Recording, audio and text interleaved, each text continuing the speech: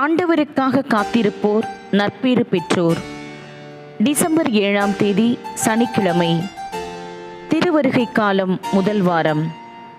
புனித ஆம்ப்ரோஸ் ஆயர் மறைவல்லுனர் நினைவு. மறையுரை சிந்தனை. ஆண்டவருக்காக காத்திருப்போர் பேறு பெற்றோர் என்று இறைவாக்கினர் எசாயா கூறுகின்றார்.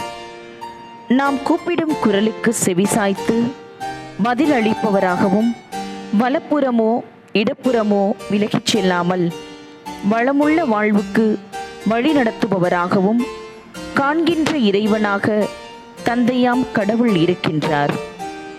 நற்செய்தியில் மக்களிடையே இருக்கும் நோய் நொடிகளை நீக்கி வழி நடத்துவாரின்றி தவித்த மக்களுக்கு விண்ணரசை அடைய விழிப்புணர்வை ஏற்படுத்துகின்ற இறைமகன் இயேசு இன்று நம்மையும் அழைக்கின்றார்.